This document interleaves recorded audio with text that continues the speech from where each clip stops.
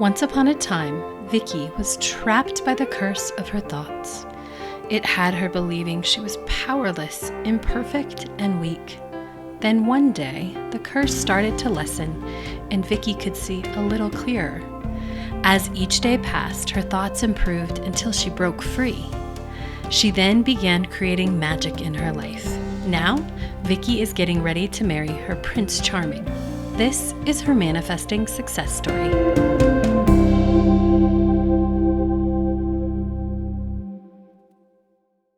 Hello and welcome to this episode. I am your host, Cassie Parks, and I am back with Vicki Pace for another chapter in her manifesting success story. Welcome, Vicki.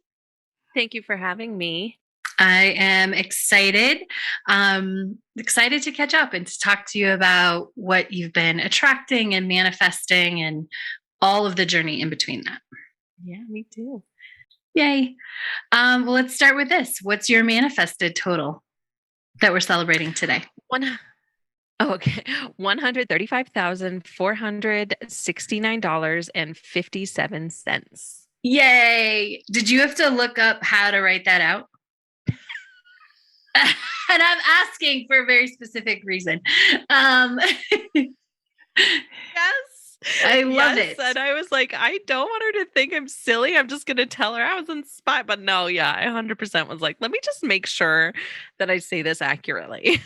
That is awesome. So you're the sort of the third person today. This is interview day and episode that came out a while before this episode will come out with Dave. He needed to learn how to say it. I've done episodes with Annie where she literally went and tried to hear how to say it online. And so I just think it's really cool to share and important that this is also something, it's part of learning is how to say big numbers.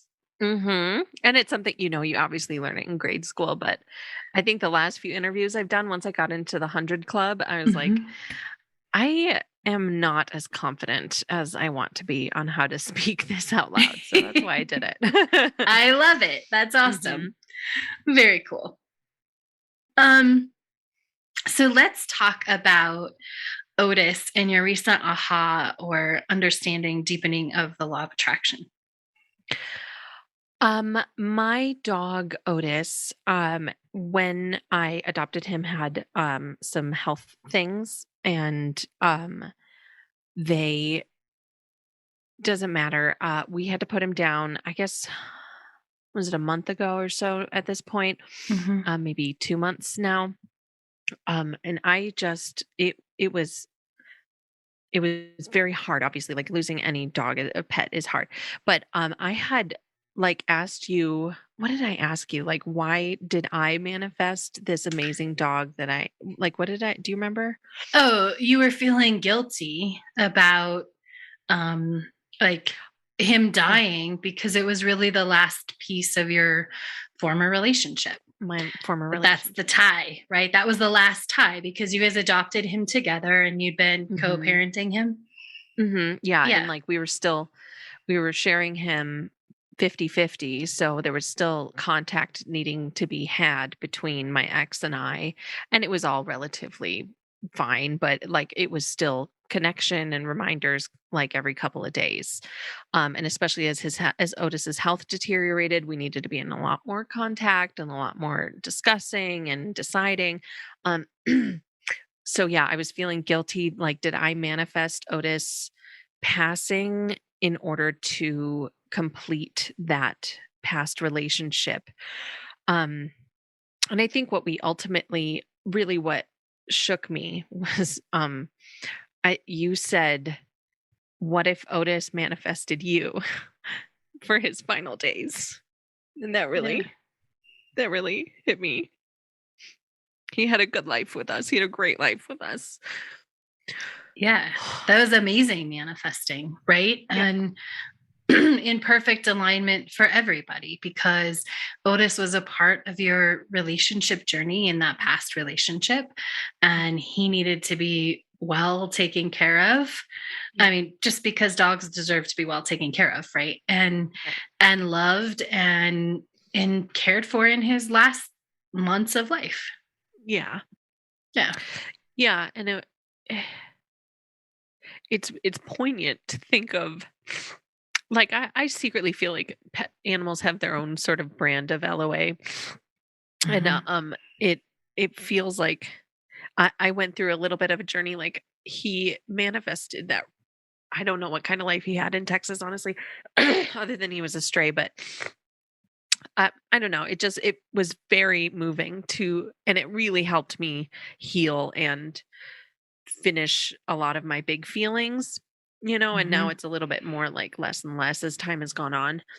Um, so that idea of what if he manifested me and the life I gave him, or my ex and I gave him, that was super, super moving, very helpful. And I hope anyone who has pets, especially like sick pets, will think of that. Yeah, absolutely. um, Switching gears a little bit, what's the coolest piece of evidence that you've seen since our last interview? I know it ties into your current script. Let me find it here, because if you can find it, will you tell me? Yeah.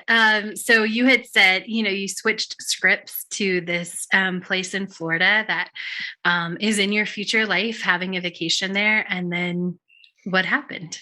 And then, within a day or two, like certainly within that week, my dad's side of the family all went to that place in Florida for vacation. They stayed in the same town. They went to the same beach every day. They posted. It was so fun to like, because like, yes, it was that day of like, wow, this is great evidence. But then it was like for the next, week or 10 days that they were there, they just like kept posting pictures of them on the beach.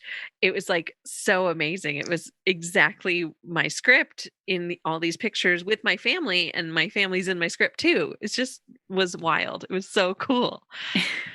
That's awesome. I love that evidence. And I love the Mhm. timing, right? Which all goes to all of our things. You guys get to pick which script you do first, which script you do second, and just to trust whichever one was supposed to be first, and then have this one that tied with just being able to visually see the whole experience was awesome. And it was great. Like, I mean, evidence is like, that's why evidence is so important, is that it really reminds you and cheers you on, like that you're moving forward, wheels are turning, things are happening.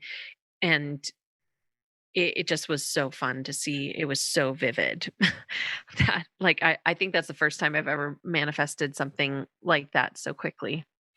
It's awesome. Hmm. So I know that you are supporting and helping your boyfriend find his next home. Hmm. Talk to us about riding the waves of inspiration for you, and then we'll talk about kind of trusting his inspirations next. Yeah. It's interesting. Like, I've had practice with this in the past when like I needed to switch jobs, or am I auditioning for this role or not?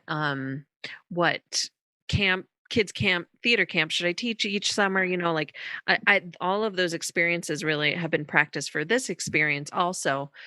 Only picking up Zillow when it's inspired, or only talking about it with other people if it's really inspired and just sort of falls out of my mouth. Um, and trusting those inspirations. And also, there's a group interview you just released that they talked about this, how our society really pushes us to I don't know, chase it right away. Like, Mhm. oh, this house is going up right now. We got to see it right now. You got to put in an offer immediately. Let's go, go, go, go, go. Get it done as quickly as possible. But I've really been trusting like a couple houses we saw were great, and we had plans after seeing them, and we just like kind of went and saw it, and then we're like present with our plans, present with our next little, like, going to the brewery to play cards. And it wasn't until like later in the evening we realized, oh, maybe this is we need to email them. Like, it just letting it flow for me, like trusting it, has been a new like, I don't think I'd be able to be this chill if this was happening, 2 or 3 years ago, or even a year ago. Yeah, So yeah. that's awesome. I don't think I set it up top of the interview, but we are recording this on April 19th, 2022. Just wanted to let everyone know that, which is you are now in year 5 of your manifesting journey in the Enchanted Circle at Enchanted Life University. And first, how does that feel? It feels so great to be a part of something that's grown and that is so important to me and my who I am, and to realize I've stuck with it. Oh my God, I'm starting year 5. Yeah, I didn't even 4 I've been years just you stuck with it. yeah, it just like how consistent I've been, and how Mhm. I don't think I'd be here when I started. I think I just was like, "Oh, this would be great until I run out of money."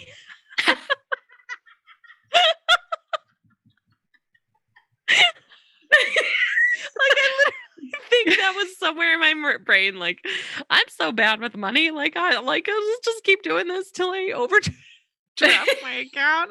Oh my gosh. Oh my That's goodness. just so not who I am anymore. It's not. And what's even funnier about that is I feel like I want to talk about how far you've come with money. And we're going to go back to the house as well, because I want to talk about your boyfriend and supporting him in that. But, um, you know, I don't think for you, like there were moments where I'm not sure there was money for the Enchanted Circle, like on paper. Mhm. Right. But Yeah. I never got the impression from you that it was um, a question or An option. yeah, option. Right. That's the word. There was never an option not to keep investing in yourself and this place. Yeah. Do you have That's so any? interesting. It is so interesting, right? Did you just realize that? Yeah, that you're right. I don't think it ever was an option. I think maybe one time I asked you, like, "What do I do?" And you coached me through it, but it still, like, just was like, no, that's not one of my choices to, like, Hmm. stop the Enchanted Circle." It that just wasn't ever yeah, it never was, and I guess that's a really big, indicator that this, journey was inspired like, it was inspired, fully inspired to start on this journey, Hmm. and, Mm. I can't believe I now that like, this is the first moment I realized, like, I think when I started Enchanted Circle, I was like, "Oh, it'll last for as long as my money lasts." But it was like every month when it came time to invest the monthly investment, it just the money was there.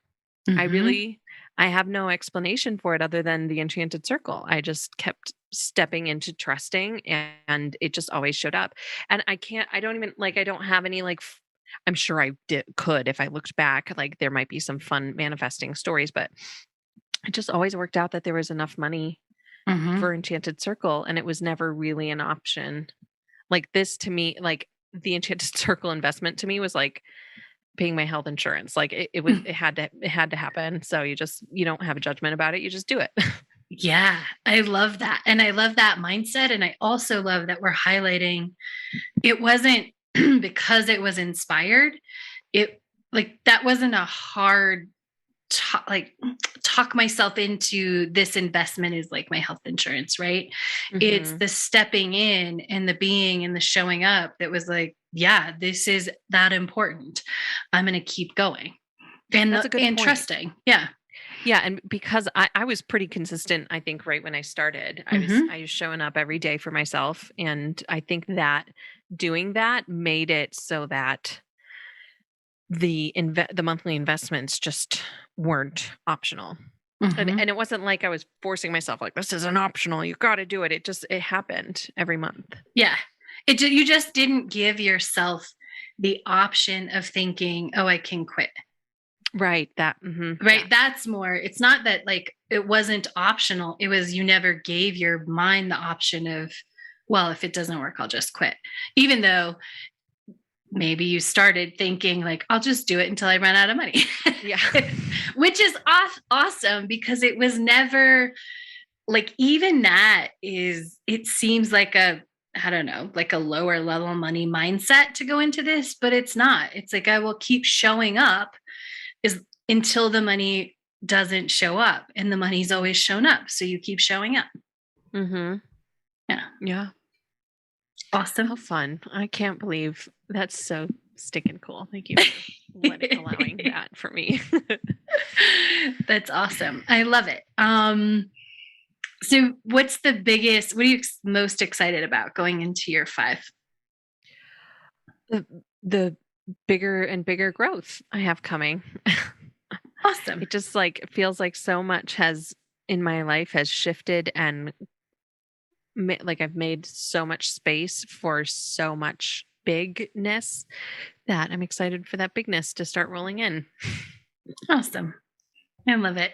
Mm-hmm. All right. So speaking of bigness and houses, I really want to talk about this trusting your boyfriend's inspirations and his inner guidance system and the journey to that. Oh my gosh. I'm so sorry, Cassie, on that one call when I was like, Cassie, screw you. So mad. Oh, I don't care at all. No, Sometimes that's how I feel. Like, no, I'm like, whatever. I know. No, I wasn't actually mad, of course. No, yeah. So like trusting in my boyfriend's intuition, it's like a new world for me, having a partner that is leveraging law of attraction actively and intentionally. So, like I don't have to coach him through things and sort of babysit his feelings or anything like that. It really is like, um, what the most that I've been doing, but it's mostly for me, is it's like I will ask, like, is this what your gut's telling you? Is this your, like, what do you want to do? How do you want to proceed? Like really putting it on him. Um, that has been a trusting experience for me to grow into, but I am getting much better at it. Honestly, it really is quite easy at this point. But yeah, starting at like not having to, I think last time I was house hunting with a boyfriend, I was doing most of the research and finding, and like I was sort of the head point on following intuition. So to sort of release those decisions being made to somebody else has been it was uncomfortable at first. It's not anymore.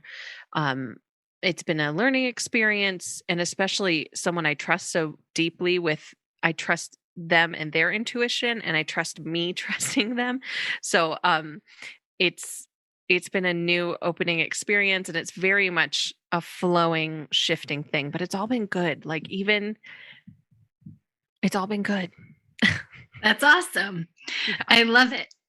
Even, yeah, I mean, and that is, we sometimes have to remind ourselves, right? Because in the beginning, it was a learning process. Like, oh, and I'm going to bring up the question that I asked you, right? Like, how do I support my boyfriend? And I was like, do you mean, how do I tell him how to do it right? And I think that's really the reason I want to bring it up, is because it's important when we have learned and we have our way of LOAing and we know it works because it's working, right? And then we have a tendency, we can look at other people's, or it can happen that you look at other people and you go, oh, like they shouldn't be doing that. Oh, they shouldn't, like, right? But that trusting and letting go and trusting yourself and the person that you trust is really where the magic happens. And I think I learned a lot of that when I first started Enchanted Circle.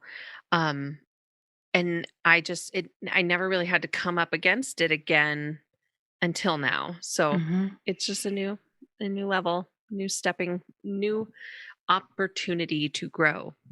Yes, I love Mhm. it. Well, you recently described or said that your future self has been showing up confident, present, powerful, calm, trusting, and amazing with money. Did Yeah. yeah, did you ever think you would describe yourself like No. Nope. Nope. Nope. None of those that? things. None of those things. Mm-mm. And how does it feel to like type that out or to say I'm amazing with money? It truly felt amazing. As I was writing it down, I was like, these are all the things I wanted when I started, like all the things I wanted for myself, but not knew, but I believed and I told myself they were not possible. Um, and I thought this enchanted circle thing couldn't hurt. So, um, and I can't believe all of these things are words that I use to describe myself now. That's amazing. Yeah. And do you want to tell us about your manifestation or bachelorette party? Yeah. So I think on our last episode I had just manifested the money to go to Charleston for the bachelorette party. Um and that was wonderful. It was all great. Of course, like manifesting it and just like leading up to it, and I just sort of ebbed and flowed with things that were inspired, like investing in all the new cute clothes for Charleston for a bachelorette party, and like I don't know. I trusted that a suitcase would show up and a suitcase showed up, and like all these little things along the way just really fell into place for me. Um and then when I arrived, I I couldn't believe how many palm trees there were, and I just manifested a number of things that I was actively scripting about on that trip. And it was the next coach call. I was like, "Does this count as it's happening? Because I feel like it's a little soon for this to be it's happening already." And you're like, "Yes, of course it is." So, like swimming in the ocean and like so much of that trip was my future self. My future self showed up so many times on that trip. It was marvelous, fantastic. Oh, it was so cool. Yay. I love that. Well, that is our time for today. But we are going to be back next week with more of this chapter in Vicki's story. And we're going to talk a lot about worthiness and manifesting and the law of attraction. So make sure to come back next week. The telling of stories is so powerful, both to the person telling it and the person receiving it. Since 30,000 BC, we as humans have told stories to teach and guide. And now we, with Manifesting Success Stories, hope to inspire you to what is possible in your own life. If you want more manifesting success, go to moremanifestingsuccess.com, where you'll find links to anything we've talked about on the show. Thank you for joining us today. And remember, you have the power to write your own happy ever after.